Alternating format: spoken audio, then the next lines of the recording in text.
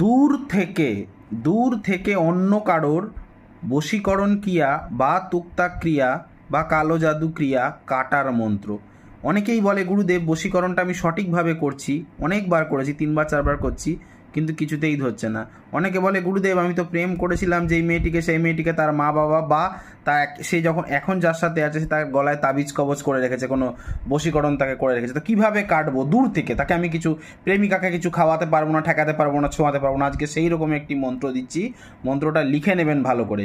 এই মন্ত্রটা যে কোনো জলের ওপর, পরিষ্কার জলের ওপর 7বার পরে 7টি ফু দিয়ে তাল পাতার পাতায় করে প্রেমিকা বা প্রেমিক যে রাস্তা দিয়ে চলাফেরা করে, রেগুলার যে রাস্তা দিয়ে যাতায়াত করে, সেই রাস্তায় অন্তত ছড়িয়ে দিয়ে আসবেন।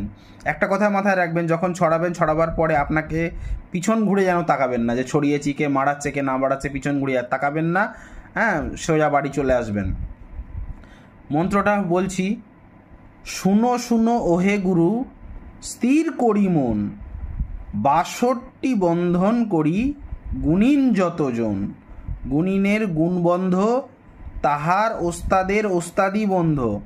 গুণিগিরি করায় যারা, 2 কর্মে এক দেখি। আকাশে এক দেখি, পাতালে এক দেখি। দুনিয়া চাঁদের গুরুর সেবা, দমন করে সিদ্ধ পাই। ঠিক আছে, আবার লাইনটা আমি বলছি আর একবার। দুনিয়া চাঁদের গুরুর সেবা, দমন করে সিদ্ধি পাই। তাহার পাপের জন্য রামের হাতের রাম গুণিন, গুণিন সীতার হাতের তালি।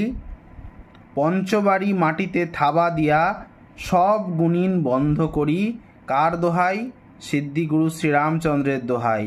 কার দোহাই? কাউর কামাখ্যা মায়ের কালীর দোহাই। এই আজ্ঞা, শীঘ্র লাগ, শীঘ্র লাগ, শীঘ্র লাগ। এই মন্ত্রটি 7বার পড়ে, মানে একবার পড়বেন, একবার করে জলে ফু মারবেন, একবার করে পড়বেন, একবার করে জলে, এইভাবে 7বার পড়ে 7টি ফু মেরে তাল পাতা দিয়ে জলটা চুবিয়ে নিজের প্রেমিকা বা প্রেমিক, যাকে আপনার মনে হচ্ছে যে অন্য কেউ বশীকরণ করে রেখেছে, মানে অন্য কেউ ক্রিয়া করেছে, আপনি সেটাকে কাটাতে পারছেন না, বা আপনি আপনার প্রেমিককে কিছু খাওয়াতেও পারবেন না, ঠেকাতেও পারবেন না, ছোঁয়াতেও পারবেন না, এটা দূর থেকে কাটান ক্রিয়া করে দেখুন। তা বলে এতটাই দূর নয়, আপনি থাকছেন বোম্বে আর প্রেম করে রেখেছেন কলকাতায়, আপনি এবারে কী করে ঢালবেন, বা কী করে বা জলের পাত্র অন্য কেউ করলে এগুলো হবে না, কোনো এক্সকিউজ নেই। যেটা যেরকম, এটা তাল পাতা দিয়ে ছিটা মারতে হবে। যদি না পাওয়া যায়, ময়ূরের পালক দিয়ে মারা যায়, সেক্ষেত্রে অপশান আছে ময়ূরের পালক। একটা কথা জানবেন, এই ক্রিয়াটার যে মন্ত্রটা দিলাম, সেই মন্ত্রটা যে কোনো পূর্ণিমা কিংবা অমাবস্যায় আগে 108 বার পাঠ করে সিদ্ধ করে নেবেন, কেন 108 বার ছাড়া মন্ত্র সিদ্ধ হয় না। ঠিক আছে, আর একটা জিনিস মাথায় রাখবেন,